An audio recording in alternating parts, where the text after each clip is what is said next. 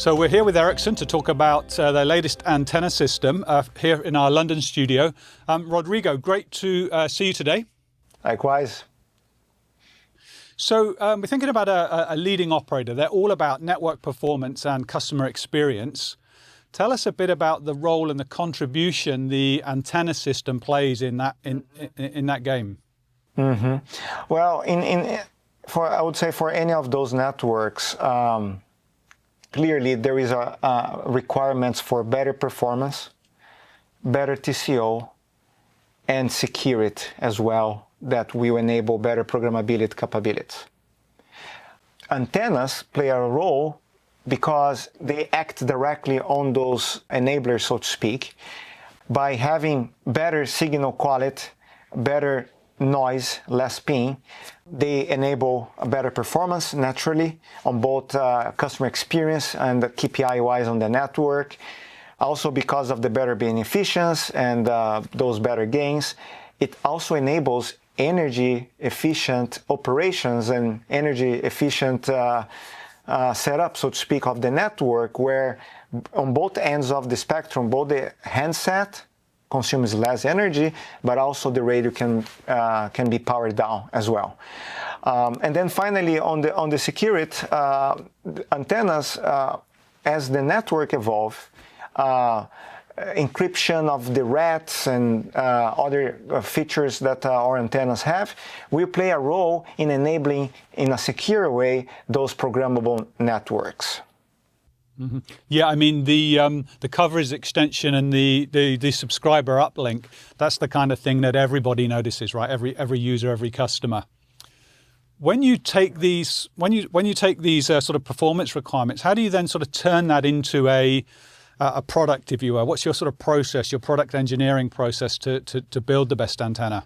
Yeah, it starts with I would say a very holistic approach when it comes to developing a new antenna.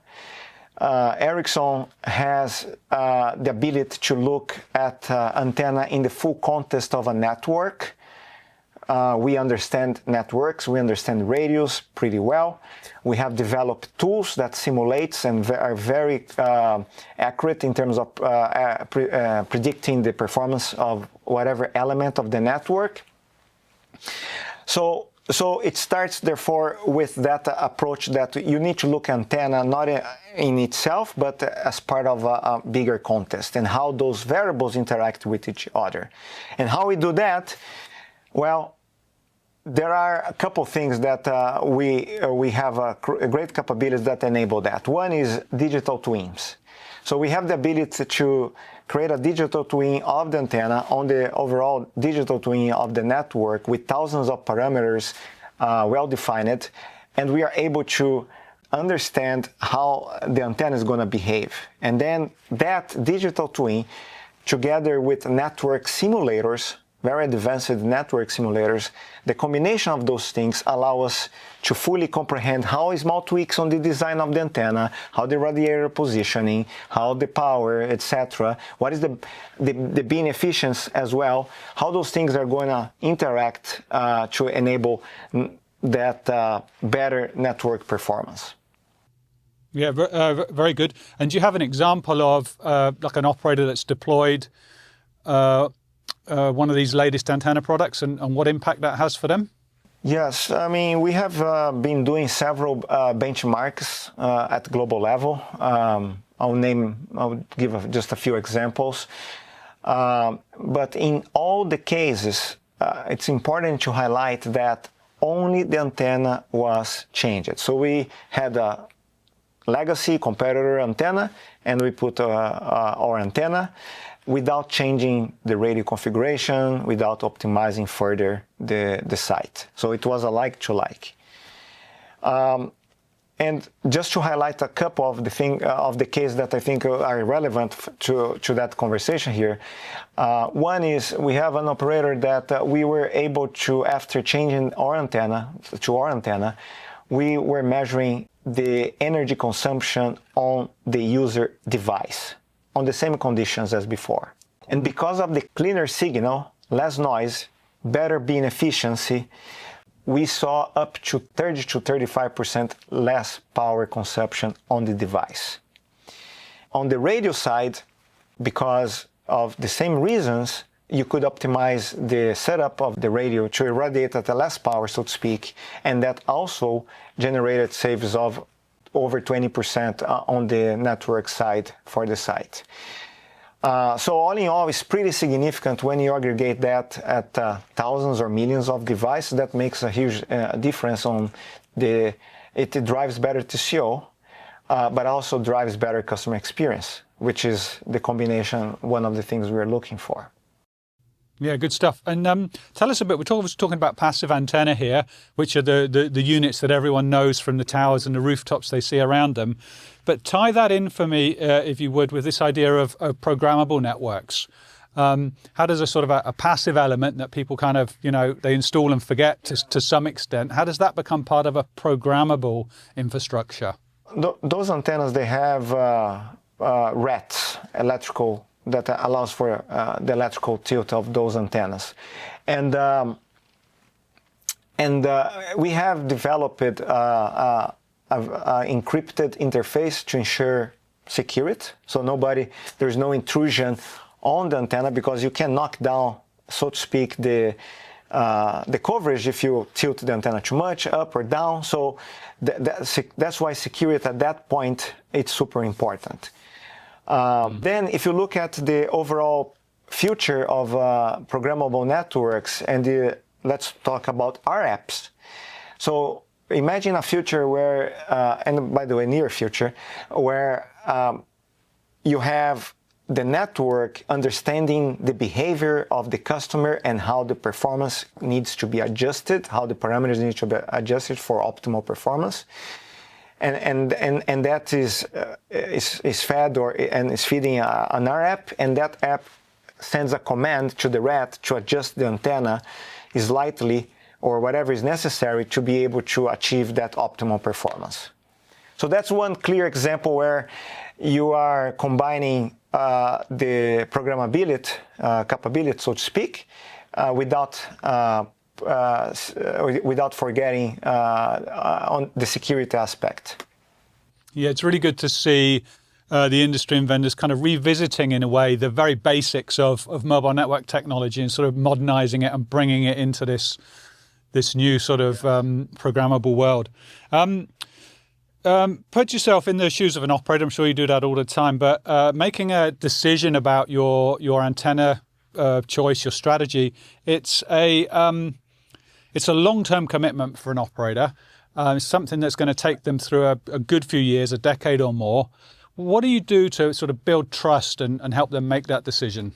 I think two steps. So one is the acknowledgement that antenna are vital, and I will speak that into a second. And the second one, that you need to consider not only the initial CapEx, but you need to consider OpEx. You need to consider resilience, durability of those elements in the network as well, right? So starting with the first one, I would say that antennas are the gateway of those networks, and the right antenna will fully unleash the potential of your network for the reasons we describe it, right? Better customer experience, better energy efficiency, programmability, etc. So the right antenna will make a difference. In addition to that, we need to, I think what is important is to understand all the variables that are relevant for the operator. So it's not only the CapEx initially, but like I said, all the other factors that will drive operational costs.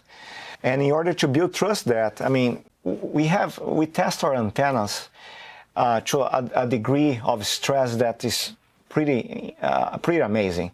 I was in Germany 2 weeks ago, and I saw all the tests that those antennas go through: vibration, UVA, UVB, radiation, water, salt sprays.